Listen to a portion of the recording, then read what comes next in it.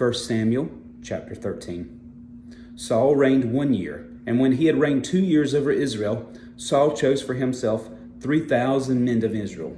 2,000 were with Saul in Michmash and in the mountains of Bethel, and 1,000 were with Jonathan in Gibeah of Benjamin. The rest of the people he sent away, every man to his own tent. And Jonathan attacked the garrison of the Philistines that was in Gibeah, and the Philistines heard of it. Then Saul blew the trumpet throughout all the land, saying, "Let the Hebrews hear." Now all Israel heard it said that Saul had attacked the garrison of the Philistines, and that Israel had become an abomination to the Philistines. And the people were called together to Saul at Gilgal.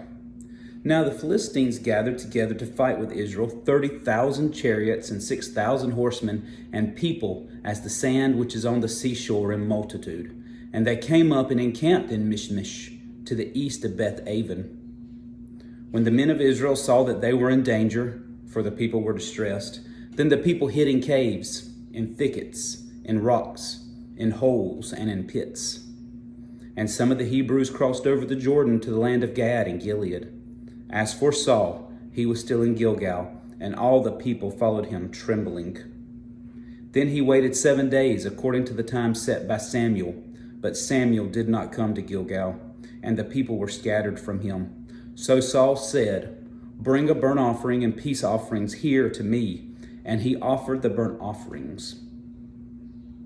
Now it happened, as soon as he had finished presenting the burnt offerings, that Samuel came, and Saul went out to meet him, and that he might greet him. And Samuel said, "What have you done?"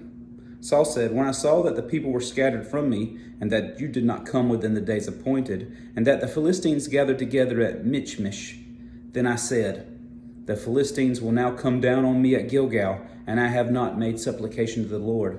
Therefore I felt compelled, and offered a burnt offering."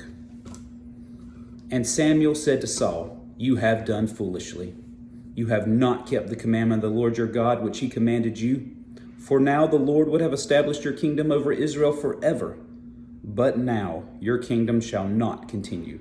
The Lord has sought for himself a man after his own heart. And the Lord has commanded him to be commander over his people, because you have not kept what the Lord commanded you." Then Samuel arose and went up from Gilgal to Gibeah of Benjamin. And Saul numbered the people present with him, about 600 men. Saul, Jonathan his son, and the people present with them remained in Gibeah of Benjamin, but the Philistines encamped in Michmash. Then raiders came out of the camp of the Philistines in 3 companies. One company turned onto the road of Orpha to the land of Shaul. Another company turned to the road of Beth Horon, and another company turned to the road of the border that overlooks the valley of Zebulun towards the wilderness. Now there was no blacksmith to be found throughout all the land of Israel, for the Philistines said, "Lest the Hebrews make swords and spears." But all the Israelites would go down to the Philistines to sharpen each man's plowshare, his matlock, his axe, and his sickle.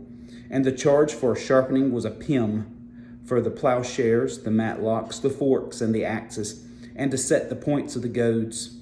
So it came about on the day of battle that there was neither sword nor spear found in the hand of any of the people who were with Saul and Jonathan. But they were found with Saul and Jonathan his son, and the garrison of the Philistines went out to the pass of Michmash.